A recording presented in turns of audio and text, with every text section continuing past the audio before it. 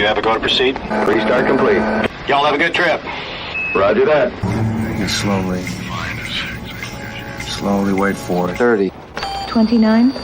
28. 27. 26. 25. 24. 23. 22. 21. 20 seconds and counting. 19. 18. 17. 16. 15. 14. 13. 12. 11. 10 seconds.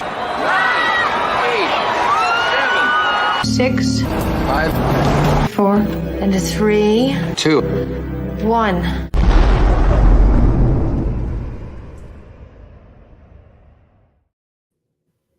Hello, everyone, and welcome to Trust No One, the X-Files podcast, where some of my fellow agents and I will be discussing episodes of the X-Files. Today, we're going to be discussing Blood, the third episode of the second season, written by Glenn Morgan and James Wong, from a story by Darren Morgan, and directed by David Nutter.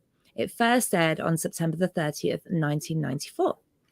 So, to start off with then, let's have a bit of a chat about how well this episode has aged. What do we think? Who wants to go first? I'd like to complain about it. Go for it, Agent Lisa. And you know that I am a huge X-Files apologist, so X-Files can do no wrong, except this episode is cheesy. It is. And it didn't age well. And I think that, honestly, that this was an episode that was kind of an anxiety episode. Like, it was like all anxieties, but especially anxiety about automation and technology. And you guys, I'm old as hell, and so I remember I was there 3 million years ago when they switched from going into a bank and speaking to a human and a teller and interacting with them to using a bank machine instead. From things being like face-to-face to all of a sudden digital and automated. And there was anxiety. People were like worried about what that meant for mental health and society and that sort of thing. So I think this is a really good episode in that sense, but I think that the technology itself, like the technology itself in the episode was really like, it seemed a little cheesy. Yeah, I agree with that. I feel like they really tried hard to make something out of the little bits and pieces, but I think it fell a little bit flat. I think one of the things for me is I am familiar with Franklin, Pennsylvania. I actually dated a guy that lived up in Franklin, so I've spent a significant amount of time up there. It's like, as I'm rewatching this as an adult, looking at the things that are correct and that are incorrect. And I don't know, some things they got right, some things they got wrong. It's not going to be perfect. But yeah, cheesy is a pretty good word for what I think they were trying to put out there. I think they had a good idea. I think they tried to execute it as best they could. I don't know what other direction they may have been able to take that into have made it better, but it just ultimately, I felt like it fell flat. And maybe I know that Agent Lisa had mentioned the term going postal and the guy working at the post office. That was a big thing in the 90s.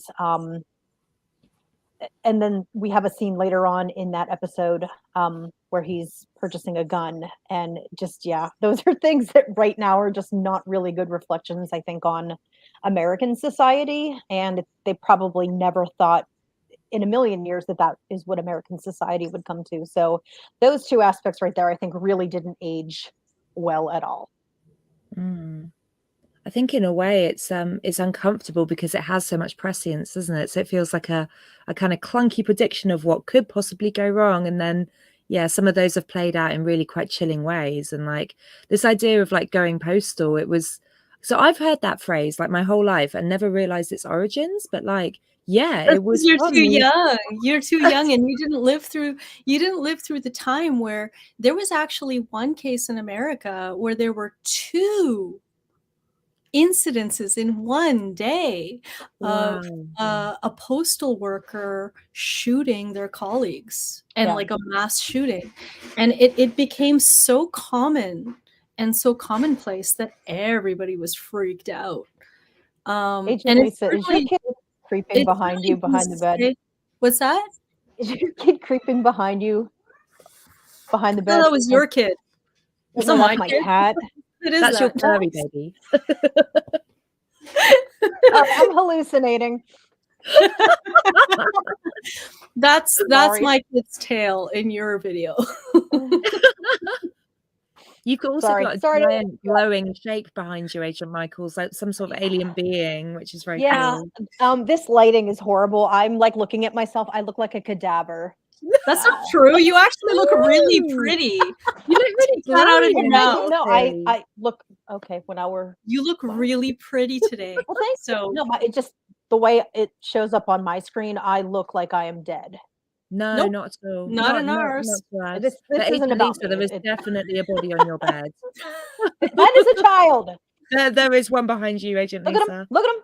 I don't believe doesn't- you guys because he I know doesn't that have you a guys are tail. pranksters and you like talking nonsense. So that's cool. Can we continue with the job at hand? Please, That's true, please. to be fair. We were talking about Okay. postal facilities, workers shooting each other in the 90s. Oh, he's heard far worse. I'm That's sure. fine then. We'll go with that. So yeah, so I apparently yeah, there was, like you say, all this kind of context, and like I looked at the stats. So this episode was in 94. In 93 there were 4 such shootings apparently, and in 91 there was 3. I'm sure there was way more than that as well. And I just thought that was like, it was quite an extraordinary thing, and I don't know how I feel about it being used in this context, to be honest, because it was almost like his story was then sort of, I mean, he's fired from the place anyway, right? But his story then is sort of diluted with these other stories alongside, which was, I don't know, it felt a bit cluttered and a bit confusing, I guess, to me. But yeah, it's good to have the context. I think that them using that as, content for an episode, it was too soon. Yeah. I was relatively young when those things started happening, but I do remember people talking about, oh, they're just going, I'm going to go postal on you. And like, it was a much less politically correct time. And I think that when you're looking at things happening in society now, I don't think that's something you're going to want to I don't want to say parody, but utilize just for a storyline. I don't think that was necessarily a good See, decision. that was my question. Like, was this a legitimate thing to write about and to employ, or is it just like a cheap writing tool where it's like, oh, let me pluck something from the news that is, exciting because it's aggressive and has death in it and controversial, and just use it as a writing tool? And it's just kind of yeah, I don't know. Like, I personally don't know if it was just cheap or if it was a legitimate thing to do. Like, if I were employed as an X-Files writer, oh god, please, I want to go back in time and have that job. If I Don't we all? yeah, I mean, awesome. But like, would I say, hey, this is what's happening in the world and this is a legitimate thing to explore? Or would I think, this is dark, and if I used it, it wouldn't be because I would just use it to use it as a plot point and not because I can actually do something nuanced with it. I don't know. Yeah, I think today Why I wasn't hired as an X-Files writer, because I don't know. I was too young to be an X-Files writer. I think with the political correctness of things, we are hypersensitive to those things today. And I just wonder if, things were much more lax in the 90s and we could essentially joke about them. I don't think anybody ever saw the gun violence that the United States deals with today. I would have never thought that, like, school shootings and, in grocery stores and those types of things would become almost commonplace. So I don't think there was much thought given to, hey, this is going to hold a lot more weight down the road. I think it was probably just one of those things where they, bouncing ideas around and it's like, hey, where can we take this?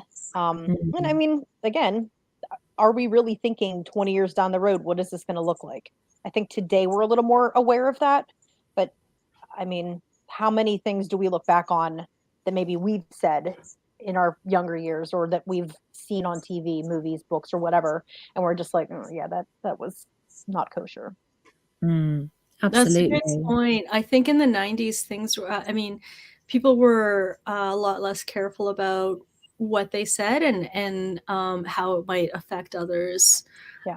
I was there, and it was there was a lot of dark humor, and like you could say things that were like very offensive, but it was seen as cathartic as opposed to offensive. It was like, here's something painful. If we make a joke, maybe that'll make us feel good. Yeah. Whereas these days, it's like, hey, guess what? Shut up. Yeah, like you no longer have a job. Yeah, well, yeah, it's gotten a little dark that way too. Definitely. And I think it was sort of, this episode to me feels like how many issues of the day can we sort of throw in, right? So there's the pesticides controversy, there's the sort of shootings issue, there's the paranoia, there's the technology, there's almost this kind of toxic blend of everything, and it's like the perfect storm, right? And like, I can't remember who gets the line, but one of them says, oh, it's an external influence, there's something going on that's not within the community. But I think nothing's external, nothing's internal, because it all interconnects in every way. And these people are being influenced in so many different ways and driven to the point of extreme, extreme fear, extreme violence, extreme everything. So there's that perfect combination, isn't there, that leads to this obviously sort of quite hideous perfect storm. So earlier, Agent Michaels, you were talking about this feeling like, well, this was an area that you knew. And what do we think is the importance of the town and setting of this episode? Because it's supposed to be kind of like little local town, isn't it, where nothing bad ever happens? It's kind of like any town USA. It's like white picket, like I guess the American dream. And yeah, you're talking about a fairly rural county. Sorry. North of, a pretty major metropolitan area.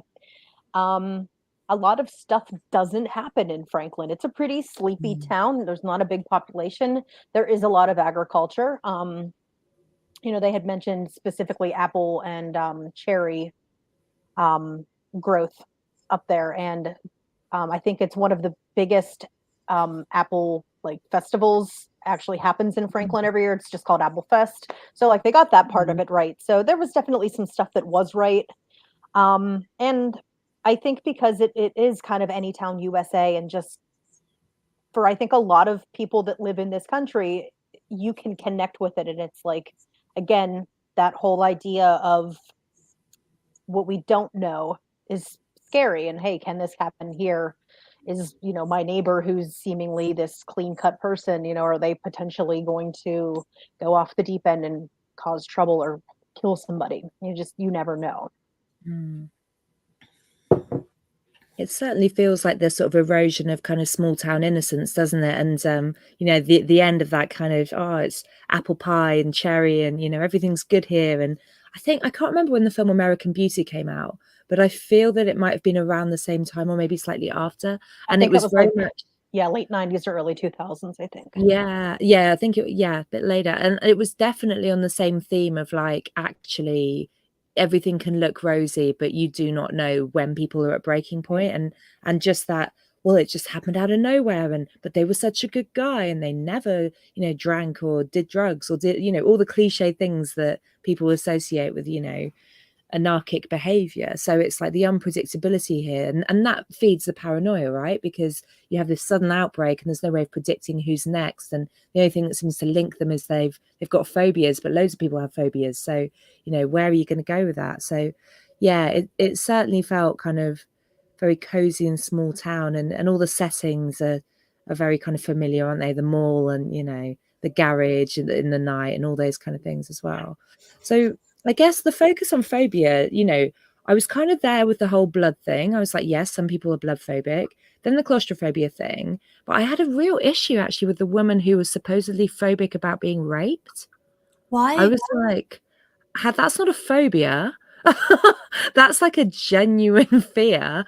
And it was being sort of lumped in with the other ones as like slightly, I don't know, slightly irrational or excessive, I guess. And I don't know, I found that really problematic. I agree. To me, it's like comparing apples to oranges when you're talking about sexual assault to just a physical attack. They're two completely different things, and I don't know. It didn't sit well with me, and I'm gonna leave it at that. Yeah. It's just a strange one, wasn't it, I think? And I thought there were so many other phobias that they could have kind of gone with. It just felt like a really odd one to kind of, yeah, pull in there, I guess. And I guess building on that idea of phobia, you know, paranoia kind of features really heavily throughout this episode.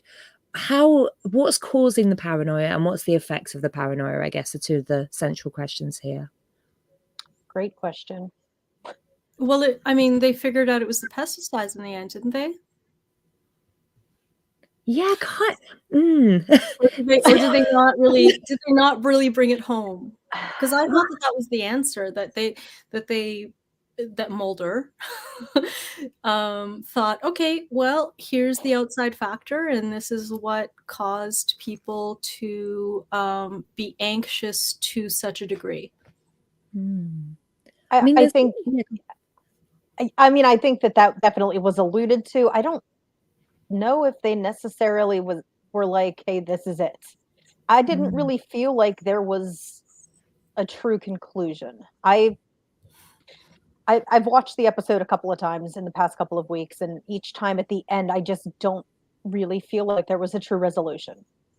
There's a sort of partial explanation that Scully gives about the adrenaline being incredibly high in these, you know, in the victims, and, you know, which as a phobic response, as an excessive phobic response, and then that combining with the LSDM creating some sort of LSD. I mean, I'm like, okay, but if that's LSD, then it's not logical in those sorts of ways, right? It's not like, oh, you will now see a tiny message pop up and tell you what to do. It's like, yeah, it was really, really ropey, and I think intentionally so to make us kind of go, well, which of these things are we going to believe in? Is it the chemical spray? Is it the technology talking to us and controlling us? Or is it that paranoia becomes, you know, the consequence of all of these pressures and all these stresses, and ultimately our brains aren't really ready for the chemicals and the technology and the stress of the workplace and the stress of, you know, everything. And yes, it was a really surreal kind of blend. Well, I think you nailed it. It's the last one. It's the, you know, I didn't articulate it, but you sure did. So it's the combination of all of these stressors, these modern day stressors that our caveman brains are not prepared for. Like, we are not meant to be living in such a society with these particular stressors and pressures. And I think that that's been something that people have been talking about for the last 50 years. I mean, we're all meant to be, you know, herding sheep, or perhaps, you know, hunting bison. Like, we're not meant for this. Growing apples and cherries. Yeah. Sure, the small town stuff, right? We should be back in the fields with our apples and our cherries.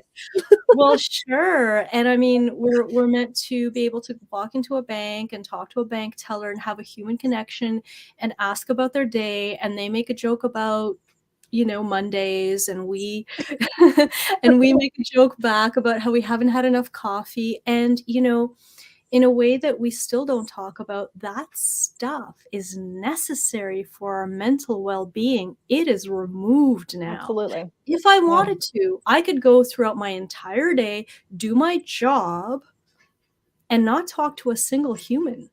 Wow. And still get through my entire day, and I could socialize online, you know.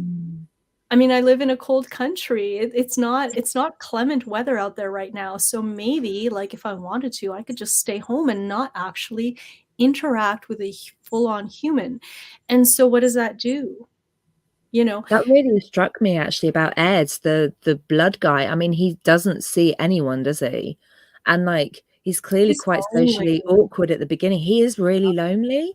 And like, when he says at the beginning, like, you know, oh, can I do part-time or whatever? It's like, oh my God, this is your only social interaction, isn't it? You felt bad for him. Yeah. Yeah. And I don't know, you know, we don't get a lot of his backstory, which again, I think is really interesting. He's just average person, joined the company, basically anonymous, gets first chucks out when the budget gets cut. It's like, well, we got you some money, dude. Here's an envelope. It's like, you'll be fine now. Not, you know, should we have a leaving party for you, or what you're going to do next? There's no humanity there, I guess, is there either? And it's just, you're just a number in a system. There's something really bleak, I think, about that. I just want to know how the hell he ended up in Franklin. What do you know about Franklin? Is it I mean, it's just is a it just small ordinary town. town? Yeah, Okay. it's just a little place. It's about 2 hours north of Pittsburgh, so that's the big city. Yeah. It's small town USA. It's nestled in like rolling hills. They alluded to nobody's doing drugs, nobody's drinking. There's drinking and drugs.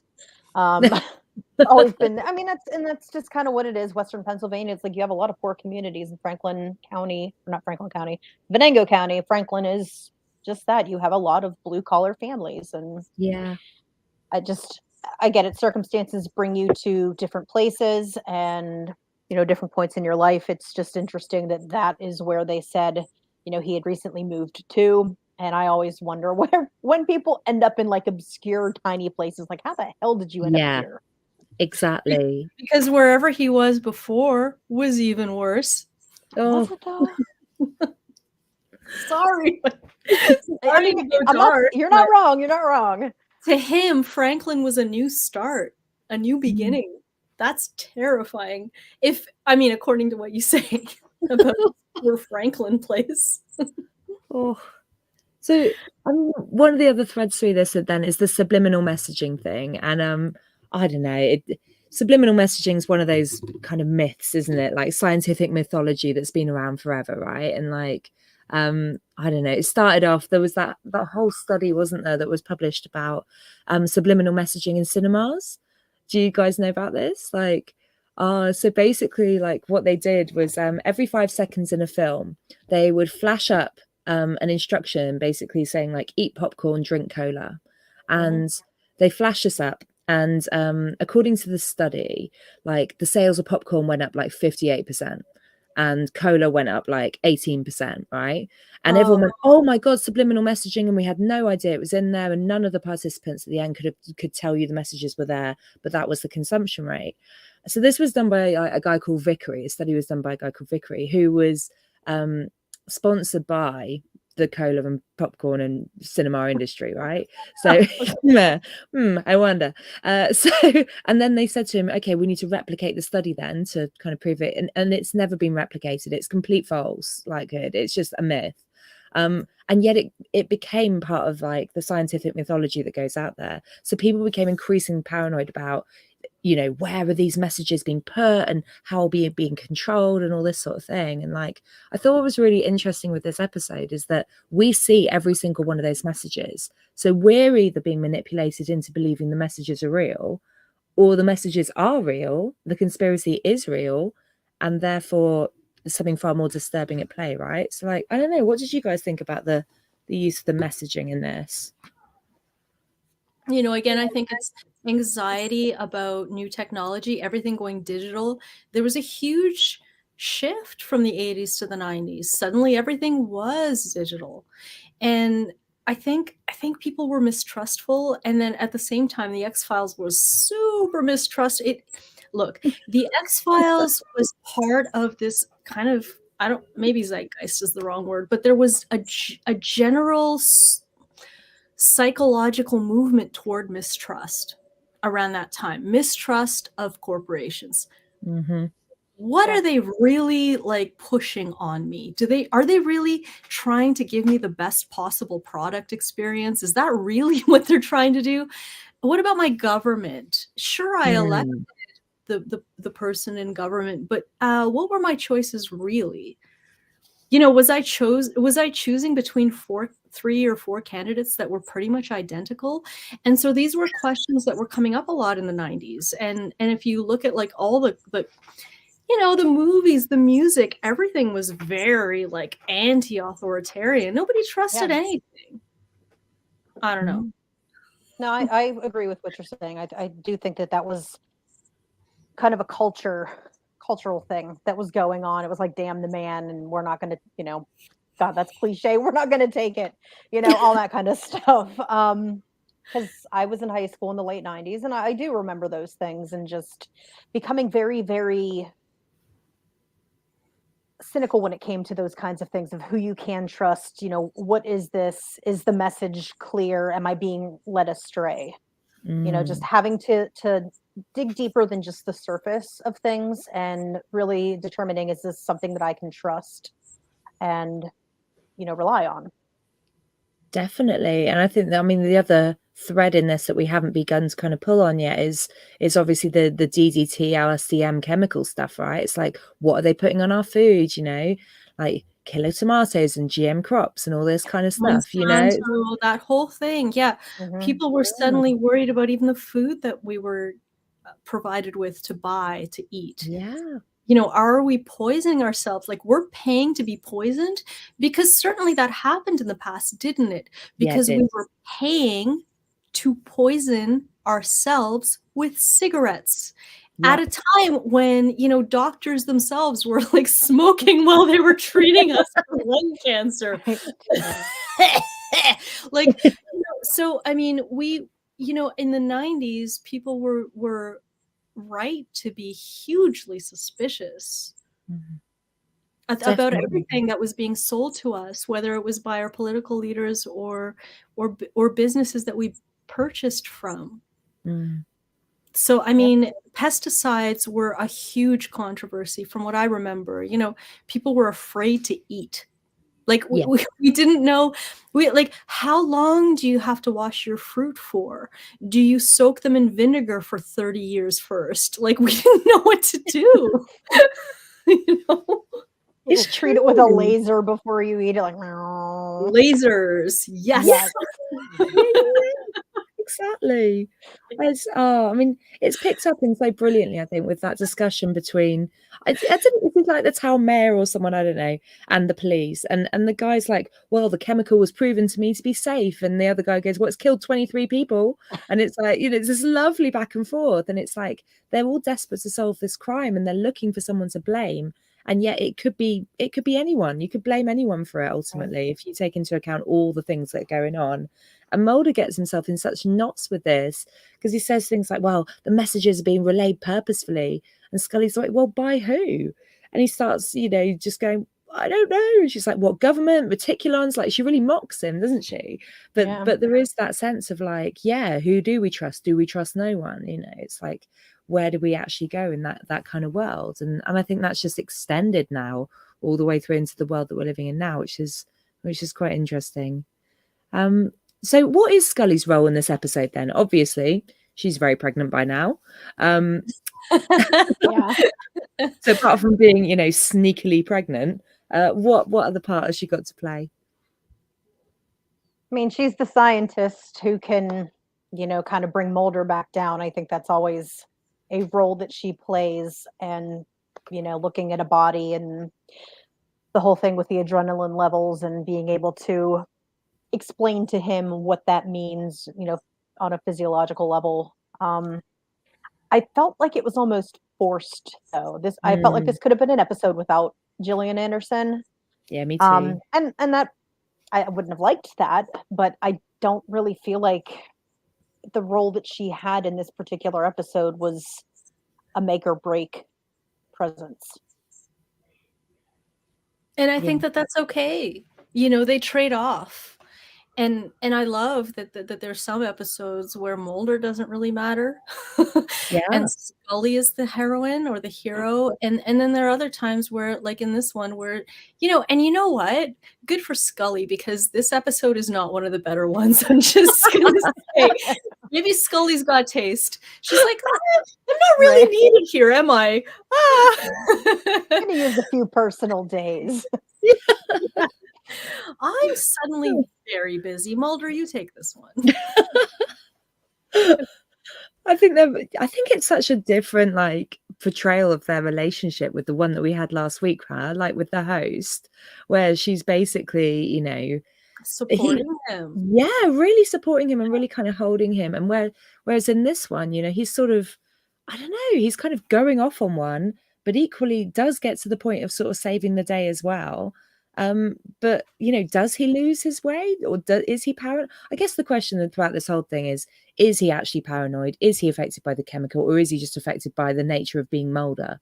And this is just an extension of that, and does she need to ground him that much in this? Well, I don't know, probably not. He doesn't seem to be doing anything completely insane.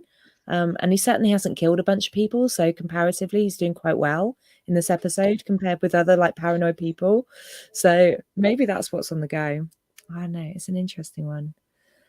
When you put it that way, it makes me think, well, maybe it's a larger story arc that shows us, well, are we supposed to feel a little nervous about Mulder without Scully?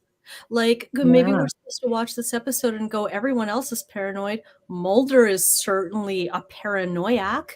I mean, he's an intelligent, his mental health is okay, but he leans a little bit toward paranoia, right? So maybe we're supposed to be a little nervous ourselves. Maybe we're supposed to be anxious and go like, is this the episode where Mulder loses it because Scully isn't there to save him? I think they kind of build up that idea, but the very last scene is when he goes to call Scully, and I feel like it kind of came full circle at that point. She wasn't there, but she was there to kind of like, Mulder, is that you? And you could tell the concern was there, and it's like if she needed to go and do whatever she needed to do to rescue him, find him, help him, whatever, she'd have been there. So I kind of felt like that little scene at the end would have, kind of drawn her back in and just bringing that dynamic in a relationship to the forefront. The only thing I don't like about that is there is really crappy cell reception in Franklin. That phone call would have not gone through in 1994. Bringing the facts about Franklin, USA. Woo! Amazing. So what? Okay, so how could things have gone wrong if they were technologically factual? What would have happened? If they couldn't get a hold of each other and the reception was how it actually was in 1994, could things have gone pear-shaped, or do you think Mulder would have actually handled himself okay this time? I mean, I think that would have depended on how the paranoia ultimately affected him. Could he fight it off? Like, this is one of the things I didn't necessarily understand in the episode. You had Ed, who obviously was, a pretty strong character. How did he fight that off for so long through so many different episodes to survive? But you had these one and done scenes with these people who, the elevator, there's no air, kill them all. And there's like this, this mass. Wasn't even shooting. I said with his bare hands. Yeah. Mass strangling. Like, I can do another 3 people. This is cool. Okay. Sorry. No, it's fine. I told you guys I had a beer before this, right? Nice. No, I was not here for that. That's good. She had a beer. I'm full of Franklin facts. Agent Bennett, what you bringing to the table today? I'm bringing rainbows and glitter. I like it. I'm low-key ridiculously jealous of your rainbow attire. It's such a good jumper, isn't it? It makes me genuinely happy. I'm like an upside down rainbow, and if I do a headstand, I'm the right way up. But the colors are the other way. But I like that. So it's great. I'm thinking red, orange, yellow, but it's okay. That's my obsessive compulsive tendency. Oh, is someone critical? I'll work on my knitwear to meet your needs, Agent Michael. Yeah, I'm glad to hear that. Thank you for being respectful. What were we? Oh yeah, we were allegedly talking about Mulder, weren't we? Oh yeah. So Mulder, he obviously goes and hangs out with the boys, doesn't he? He hangs out with the lone gunman, who I love as characters. They're like some of my little dreams. I mean, I'm totally there with them. They're amazing. However, the first time we saw them was in EBE. That's the only time we've seen them before this. This is their second appearance. But basically, that he goes in there, and it's the time I like them the least, because all they seem to do is like, Scully's really hot. Isn't it? It's a bit Beavis and Butthead. I was like, oh, guys, you're better than this. Like, you've got actual knowledge. And then there's all these references with Mulder to like, oh, I didn't read it because I was reading Celebrity Skin. And this is like another porn reference, right? Like, What do we think about that being brought in? And it's been repeatedly now, hasn't it, with Mulder's character? I get it's like a quirky character thing, but I mean, they could have picked something else. Birding? I don't know. It was an odd thing to just kind of randomly throw out there, and I know in the future there's scenes where it just, again, it's brought in there, and it's weird. It's just a very strange proclivity, I guess, in a series that seems to be so serious. Hmm. Agent Can you Lisa has guys something to say. Can you two clarify for me? Do you mean like Mulder's interest in porn, or like not sorry, not porn, in like celebrity culture, or do you mean something else? So I think like is Celebrity Skins like a porn magazine? I'm assuming, is it? I don't think it's a real magazine. No. Oh, is it just like the alluding to it? I think it was an actual celebrity, like one of those Oh, okay. like tabloid. Yeah. Oh, I could that's be my wrong. You know what? dirty While mind you then. guys chat, I'm gonna look this up because I'm this Google is searching it right now too. Oh yeah. You Yeah, know, I the have only a feeling. reference I know have a about feeling that in general, this episode was very like. Oh yeah, Celebrity Skin magazine is a pornographic magazine. Okay. Agent, and it was right. Spread their team. The only reason I thought it might, apart from Mulder being Mulder, but like it was a song written by and performed by Courtney Love when she was in Hull. Yeah. In Hull, yes. Yes. Celebrity And I Skin, yeah. remember that song, and I was like, I think this is about the porn industry and her being objectified and stuff, and so that makes a lot of sense. So I guess it's building this idea of, I don't know. I mean, he is lonely, isn't he, Mulder? And obviously the whole kind of, they're four lonely guys, the lone gunman and him, like all sat around, no women in sight, right? Frohike's there going, where's Scully? I just need to see her. And like bartering her, like, give me the phone number and I'll help you. And it's like, oh dudes, just stop. And I don't know, like it's a funny one with Mulder, isn't it? Because obviously he seems so obsessed with his work, and yet there must be this part of him that longs for kind of sexual connection and intimacy. And him and Scully do joke about it in various other episodes, don't they? Like there's a videotape in the top drawer or something. So I don't know if it's just his way of bonding with his nerdy lad friends, but it's a bit cringe, to be honest. Sure, in this day and age, but back then, I mean, I recently saw a clip from a Macaulay Culkin vehicle. Now, he was a child star, and I don't remember exactly which movie it was. It was probably one of the Christmas movies he was in, and he comes across a beautiful woman, a beautiful adult woman, as Macaulay Culkin, the actor, is a child, and he does this entire scene where he's like, hubba hubba, and like woo woo, and ah woo, honk honk. And I have a child myself, not too many years away from that, and I think how gross and inappropriate. But in the 90s, this kind of lads culture where men bond, lonely men bond over sex and how sexy they find women. I have a tiny bit of almost empathy for it, because it's almost like they weren't given a path toward connecting with a female in a healthy and respectful way, and yet as a human being you still have the impulse. So it's just this immature kind of way of men joking around and bonding with other men who are all supremely lonely. And I kind of think of Mulder as a lone gunman who happens to be hot. He happens to be sexy and handsome objectively. Now, well, maybe not objectively, but to me, it's but there were others that found him sexy. And so I kind of feel like because he was the handsome one, that he almost got away with being just as romantically and sexually immature as the lone gunmen, who weren't as objectively handsome. And so we find it easier to sort of criticize them for it and just be like, ew, gross, ew. Whereas Mulder behaves that way, we're like, okay, I'll give you a pass. But if we're going to be honest, his behavior wasn't much more mature, was it?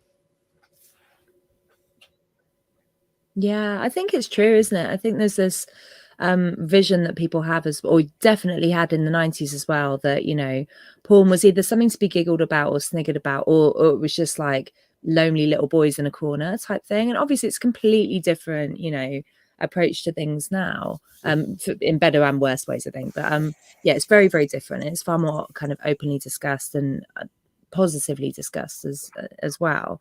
And I think that, like you say, there's something about, well, we'd kind of expect the lone gunman to be doing that, but for Mulder, why does he kind of need it, is the sort of, you know, question there, isn't it? But actually he's not somebody that's going out and healthily dating or healthily having friendships, or because he's obsessed with his work. And you know, and that's what makes him kind of adorable, but also kind of problematic, I guess. And like, he's not on the same path as Ed, but ultimately he's pretty socially isolated as well. And I guess there's this sort of mirroring thing on the go of like, is he one step away from the lone gunman? Is he one step away from Ed? Like, where is he amongst all these different men and all the sort of outcomes that they're going through, I guess? Yes, I agree with all of that. And I feel that Scully, her character, civilizes him and socializes him and makes him decent. Without Scully, he could very much be Ed or the lone gunman. Yeah. I really think so. Definitely. And I mean, and I say this yeah. as a huge fan. Yeah. Oh yeah, definitely. And there's something really vulnerable about all of them, actually, isn't there? And I mean, there's that first moment with Ed where he gets a paper cut, right? And he goes into this, you know, extreme state of shock. I mean, what's going on there? Why have that initial impression of him, do you think? There's a term for people that are paranoid about blood, right? Like hema something, hemophobia. I don't know. I'm making it up now, but I'm That would make sense. but there is a term, and there are people who are like terrified of blood. He could be one of them. Yeah. But it didn't necessarily seem like he was terrified. It was like he got cut and he's looking at it and he's like, bleeding.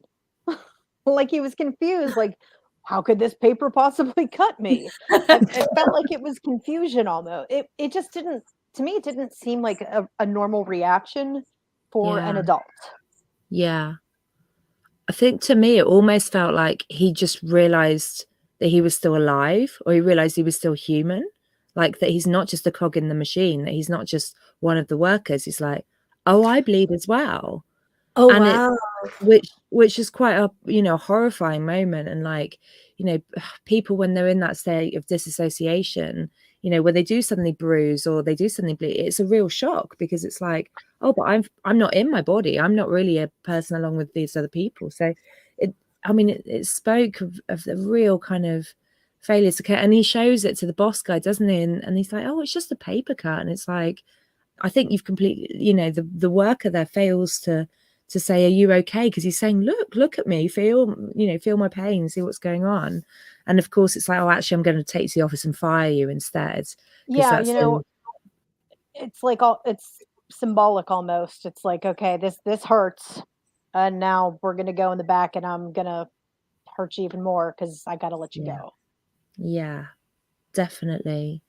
I think one of my favorite scenes in this episode actually is when Ed is up in he's in the store, he's in the big department store, and there's that big wall of TVs, and you've got the violence and the riots and the war, and Charles Manson's face, like, and Charles Manson's referenced somewhere else in the episode as well, I can't remember when. You know, what's the impact of that scene? Why include that? Because it's just before he goes and buys the sniper rifle and the ammo, isn't it? So it's saying something. Media overload, information overload.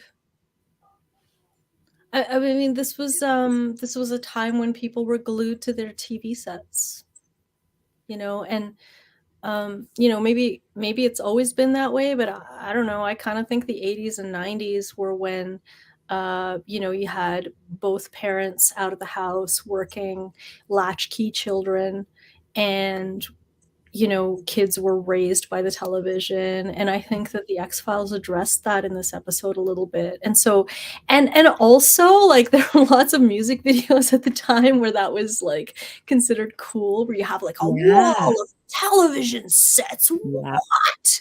Instead of simply one monitor, a whole wall. At the time, aesthetically, that was considered really cool and unusual.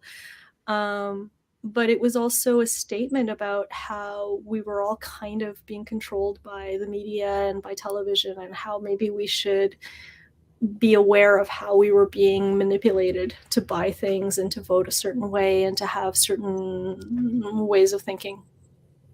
Yeah, I think I don't know if it's too much of a, I know, here's the cat's butt. Cat butt. What do you think, cat butt? He's angry. Oh.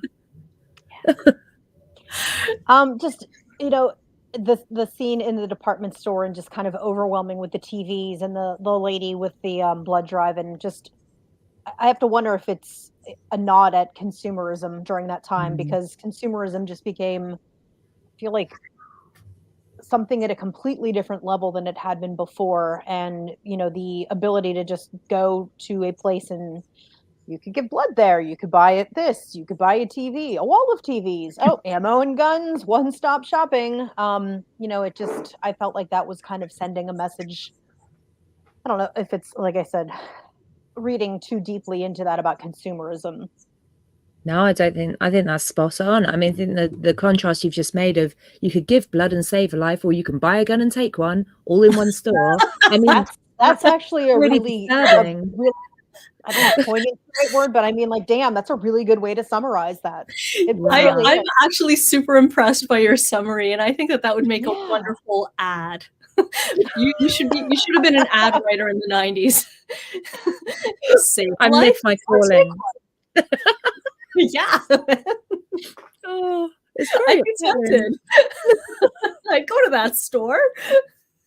I mean, it literally goes as well from him looking at all the TVs to that neon sign, doesn't it, saying, "Come and buy a rifle, it's great." And nobody's questioning his sanity. Nobody's saying, "What are you doing it for?" I mean, it's just literally he stares at it, knowing, and we know the state he's in.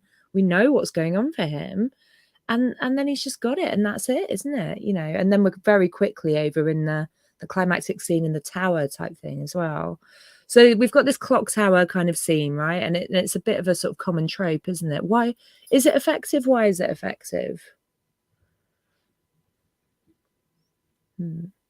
I guess I feel like it's something that we've seen before, like you've said, and I didn't feel like it was done well. I don't know if it's the execution. I don't know what it is, but it just didn't, it fell flat. Again, it just, I felt like for me, most of the things in this episode fell flat. I think it was a reference. And I wish I could remember more clearly, but there was a mass shooting. It was, I believe, an ex-military guy, and he got into a clock tower in America somewhere. I think it was Ohio Sorry, State. Michaels.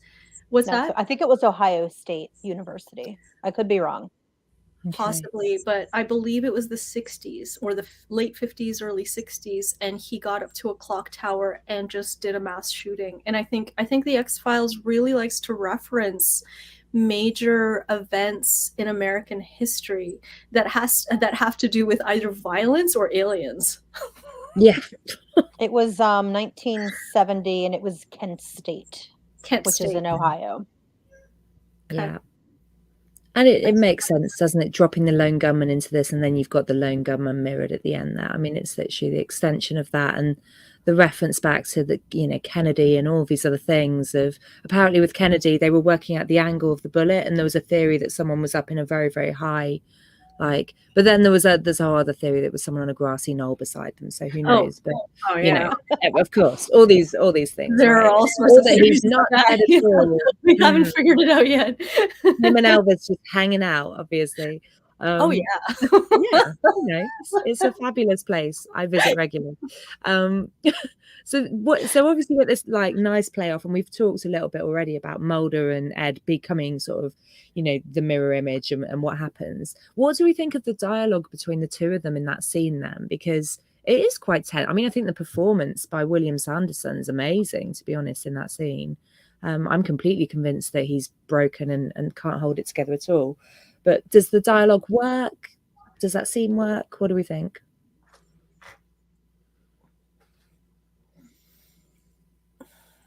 We're gonna just sit and stare at each other. You know what? I'm not sure.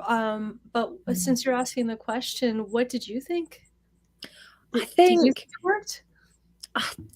It was a really painful one for me because I kind of felt like at any point, either of them could snap. And so the tension, I think, was there because I wasn't sure who was going to break down first. And that was maybe the point of it. I'm not sure. But also that there were two broken men. Was that a sound that makes? Because it sounded like a monster of the week from the X-Files. That was amazing. I'm so proud. Wonderful contribution. Yeah, that's the pain, that's the anguish both men are feeling, perfectly captured by the cat. Cats. Thank I'm you so so much. sorry. No, that was okay. That was the best comment of the episode. Could we be honest? Well, hey, Hands down. comments in the comment section. Somebody had asked the question that they kind of feel like this episode is a mythology episode, and what was our opinion on that? If I were to just kind of take that as a one and done, really, really simple, I know that one of the things that they do at the beginning of each mythology episode is they open with a space scene or the sky. So based off of that, I would say, no, it's not mythology. That's just my opinion. And it had nothing to do with aliens. It had nothing to do with the larger story arc. And that's why, weirdly, this episode was in Wikipedia anyway considered a monster of the week episode, even though there was no actual monster, but because it was a one-off. The monster inside your head. Yeah, maybe. Yeah. Yeah. That's represented by the cat, a few moments ago. She's exercising the demons. Yeah, for all of us. Oh. So Mulder gets those messages at the end then. Is he completely paranoid? Were the messages actually real? I mean, to him, it says all done bye-bye. So it's not go kill people, do all this stuff, is it? It's kind of thanks for playing almost. Like, do we believe any of those messages? Or is that just Mulder thinking, I've finished now, I have found the person and brought him in and it's going to be okay? I mean, if it's just paranoia, I don't feel like that's something that's just going to disappear. I think paranoia is something that's going to wax and wane depending on the circumstances going on in your life. The flip side of that is, okay, so it's not paranoia. Is it an entity? Is it like an earworm, like a song that just kind of got stuck there and it's in your head, making you do things, making you see these things? Well, then in that case, we didn't necessarily beat the monster of the week. Is there a monster of this week? It's a monster of the week episode. I don't necessarily, again, it fell flat.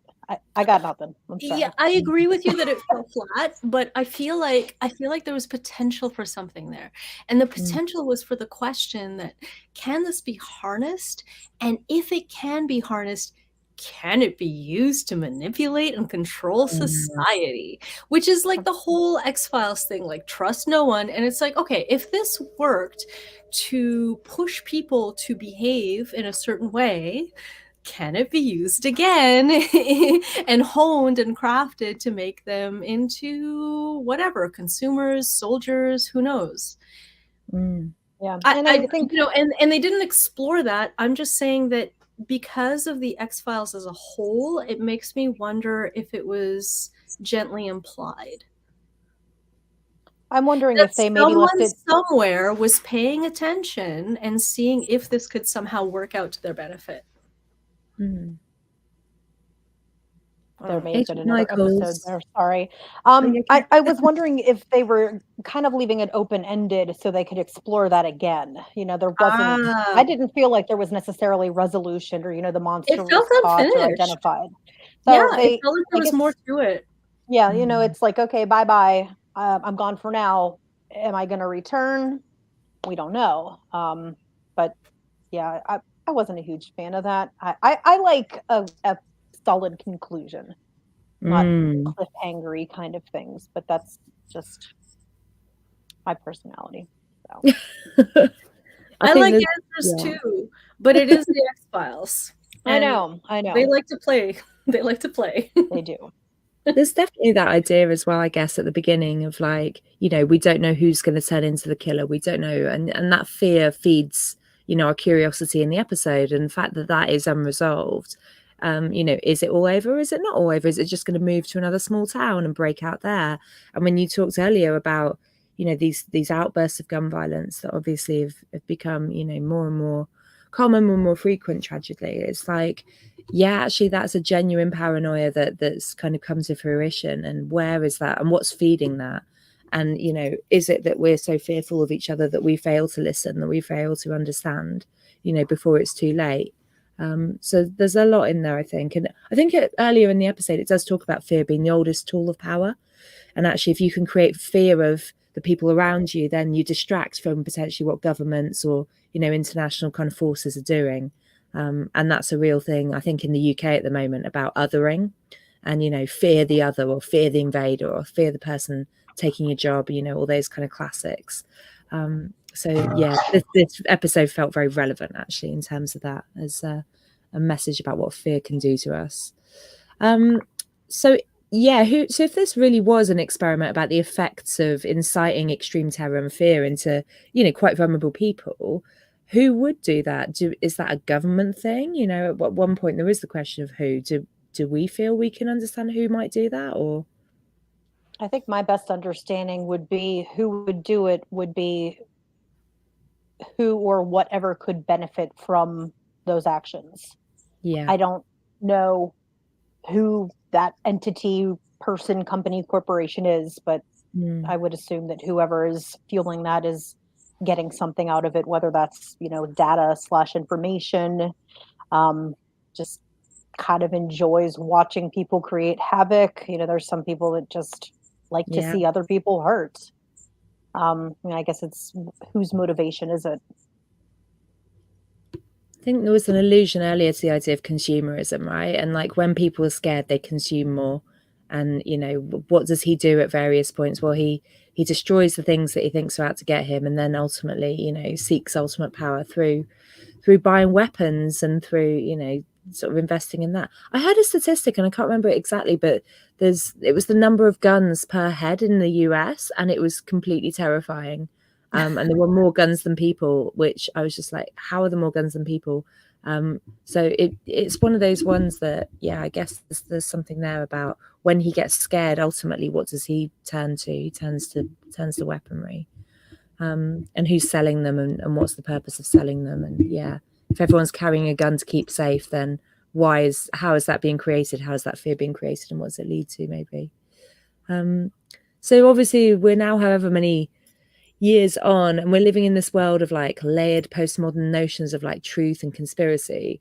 Is the episode more or less relevant now than it was even if it's a bit clunky and whatever? Is the core message more or less relevant than it was in 94? I would say more so.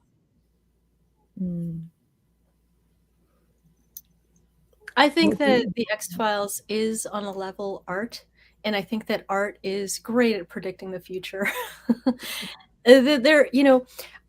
Somebody online today posted I don't know if you guys are aware of the Kids in the Hall. They're a Canadian comedy troupe.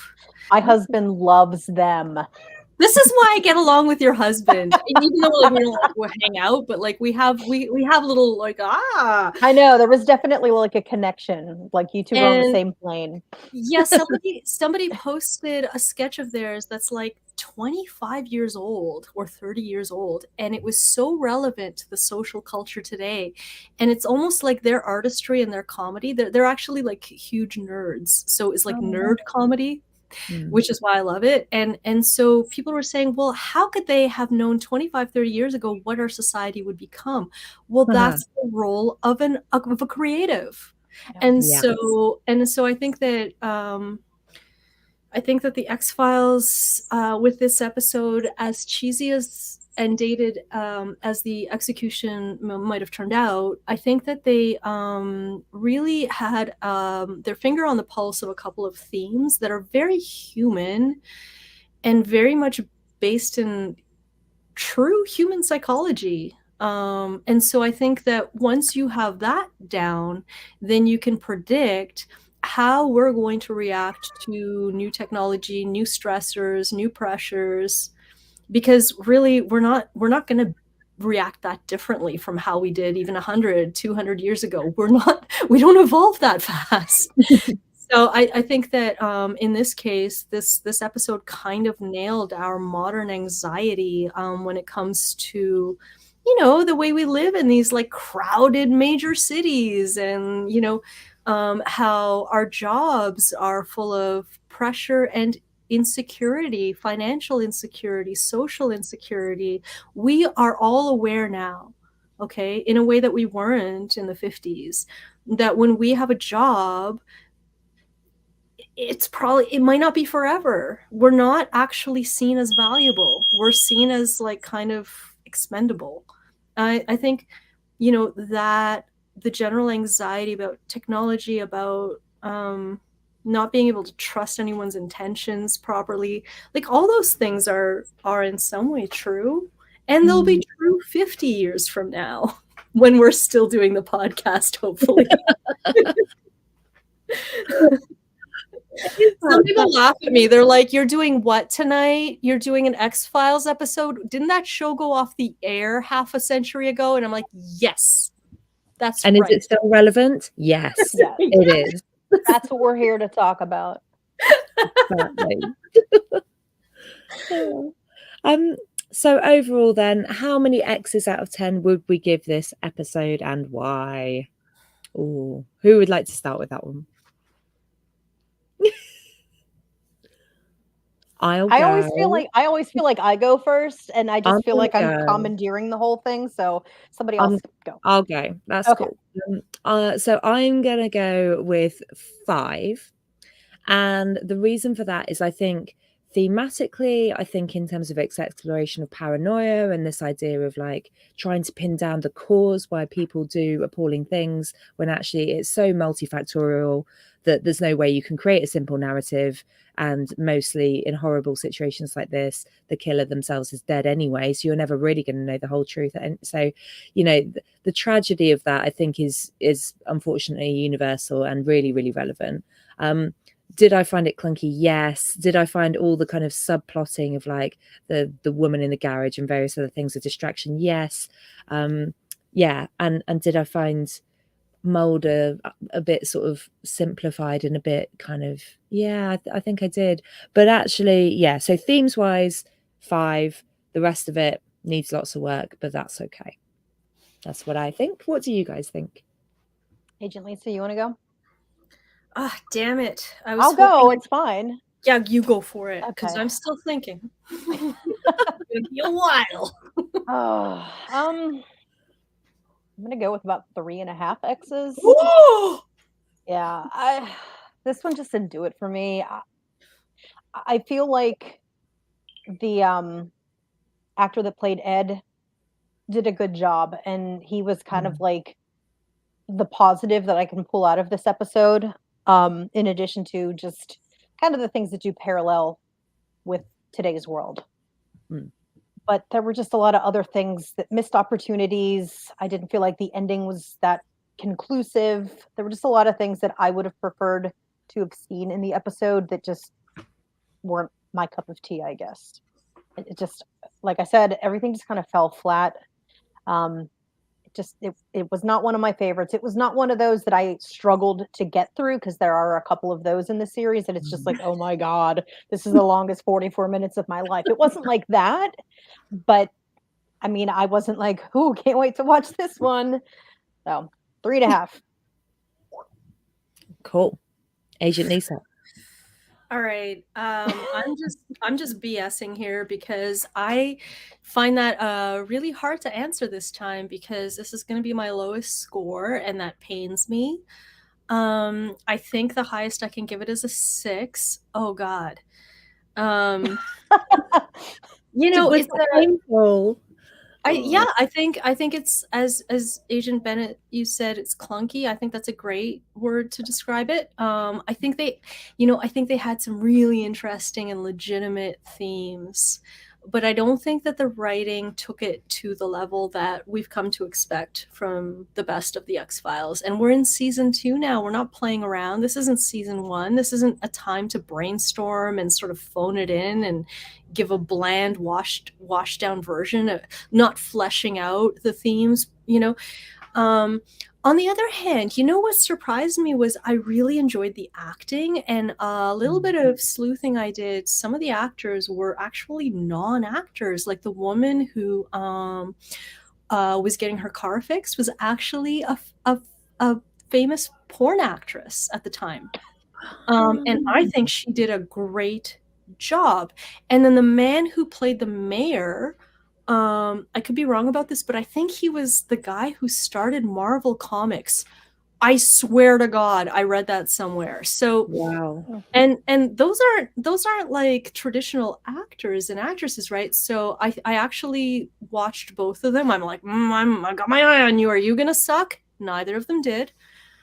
The guy that played Ed was excellent as an actor. And like I said, I think the themes were very interesting, very legitimate and justifiable for what the X-Files was. They just didn't see it through. I didn't think the writing was strong enough. So 6, even though it kills me, only a 6. Okay, amazing. Well, thank you so much to the panelists for joining this discussion. We hope that you, our viewers, have enjoyed it as well.